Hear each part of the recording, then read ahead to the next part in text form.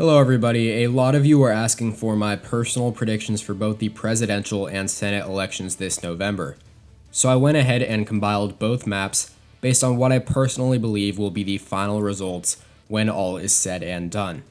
On the presidential side of things, I have President Donald Trump listed with his running mate Vice President Mike Pence up against former Vice President Joe Biden and who I believe will ultimately be his running mate, California Senator Kamala Harris. In this electoral map, Biden has 319 electoral votes to Donald Trump's 219. If you have been watching my videos over the past few weeks, you'll know how I have said time and time again that Trump will likely perform better than polls and current forecasts project.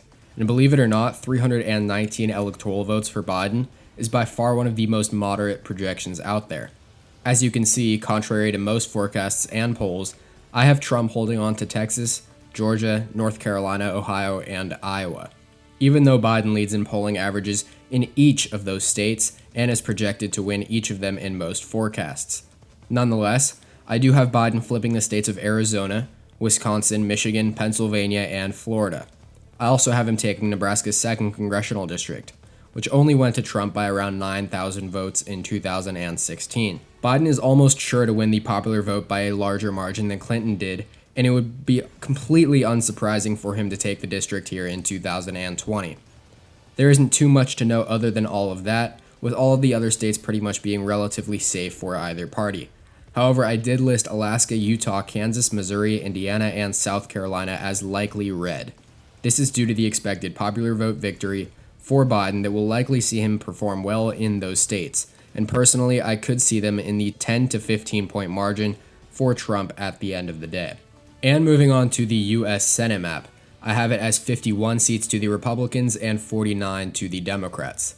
There are really only 5 Senate races that I think could swing in either direction at this point, those being Montana, Iowa, North Carolina, Maine, and Georgia special. In Montana, Steve Daines will look to hold off former Governor Steve Bullock, and in a presidential election year, I actually think he can. If this race were in the midterms, Bullock would probably be the favorite. As for Iowa, Joni Ernst, the incumbent Republican, is facing Democrat Teresa Greenfield. Greenfield leads slightly in polls, but I think this will be another one of those races where Trump being on the ballot will just barely push her over the edge. This is also the case in North Carolina. This is definitely the most competitive race this November, with Tom Tillis, the Republican incumbent, and Cal Cunningham, the Democratic opponent, neck and neck in polls. I really wish I could leave it as a toss-up in gray, but it is what it is.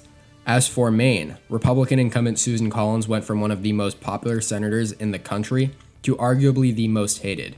Her opponent, Sarah Gideon, leads in polls and fundraising. All signs point to Collins' long tenure coming to an end. Finally, the Georgia special election. Personally, I expect Congressman Doug Collins and Reverend Raphael Warnock to advance to a runoff next January, where I'd give Collins the slight edge.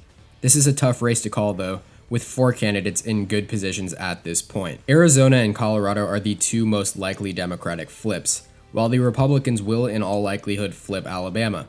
Wins in Kentucky and South Carolina would be the dream scenario for the Democrats, but I just don't see that happening. And that about does it for today's video. Check out my other videos analyzing the data and trends of the presidential, Senate, and House races.